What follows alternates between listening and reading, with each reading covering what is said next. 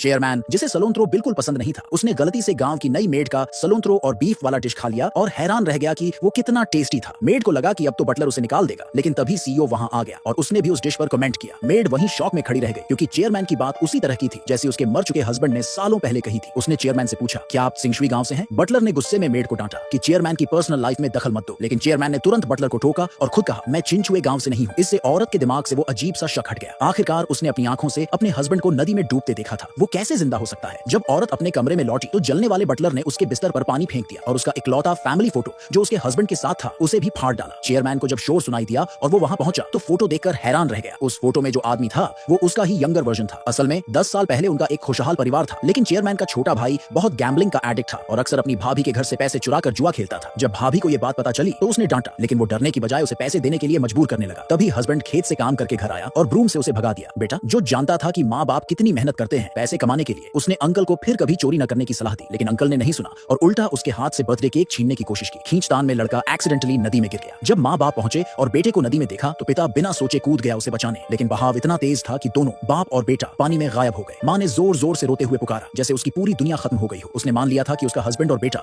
दोनों मर चुके हैं। अपनी छोटी बच्ची को जो अभी कपड़े में लिपटी हुई थी देखकर उसे समझ नहीं आ रहा था कि अब जिंदगी कैसे कटेगी, लेकिन अपनी बेटी की खातिर उस औरत ने ठान लिया कि वो हार नहीं मानेगी और किसी भी तरह फैमिली को संभालेगी। उसे ये नहीं पता था कि उसका हस्बैंड और बेटा मरे नहीं थे। दरअसल नदी का बहाव उन्हें दूर एक दूसरे गांव में ले गया, जहां गांव वालों ने उन्हें बचा लिया और उनकी जान बच गई, लेकिन तेज बहाव की वजह से दोनों के दिमाग पर चोट लगी और उन्हें अपनी याददाश्त चली गई। 25 साल पलक झपकते निकल गए। औरत ने खुद सामान ढोकर मजदूरी करके अपनी बेटी को पाला। एक दिन उसकी बेटी को शहर की सबसे बड़ी कंपनी में इंटर्नशिप शुरू करनी थी और कितनी अजीब बात थी कि उसी कंपनी का चेयरमैन वही आदमी था, उस औरत का खोया हुआ हस्बैंड। एक दिन जब चेयरमैन कंपनी से बाहर निकल रहा था, उसका असिस्टेंट किसी बिजनेस पार्टनर का कॉल लेने में बिजी हो गया और गलती से व्हीलचेयर को छोड़ दिया। व्हीलचेयर अपने आप लुढ़कने लगी और चेयरमैन हेल्पलेस हो गया। तभी सड़क किनारे से एक औरत आई और उसने फौरन व्हीलचेयर को रोक लिया। जब उसे पता चला कि उसके व्हील्स खराब हो चुके हैं तो उसने खुद उन्हें ठीक किया। असिस्टेंट ने उस औरत को थैंक्स के तौर पर $50,000 ऑफर किए, लेकिन उसने मना कर दिया। बोली, ये तो छोटी सी हेल्प थी। जैसे ही वो औरत जाने लगी, चेयरमैन ने उसे बुलाया और एक बिजनेस कार्ड दिया और बोला कि अगर कभी जरूरत हो तो कांटेक्ट करना। अब तक उस औरत को फैमिली ने घर से निकाल दिया था और वो बिल्कुल अकेली और बेघर हो गई थी। उसके पास कोई ऑप्शन नहीं बचा था, इसलिए उसने चेयरमैन को कॉल किया और पूछा कि क्या वो कोई ऐसा काम दिलवा सकता है जहां रहना और खाना दोनों मिल जाए। तभी चेयरमैन को भी एक केयरिंग मेड की जरूरत थी, तो उसने उसे अपने विला में मेड की जॉब दे दी। लेकिन बटलर को यह पसंद नहीं आया कि वो औरत गांव से है, तो उसने जानबूझकर इंटरव्यू के टाइम ऑयल हटा दिया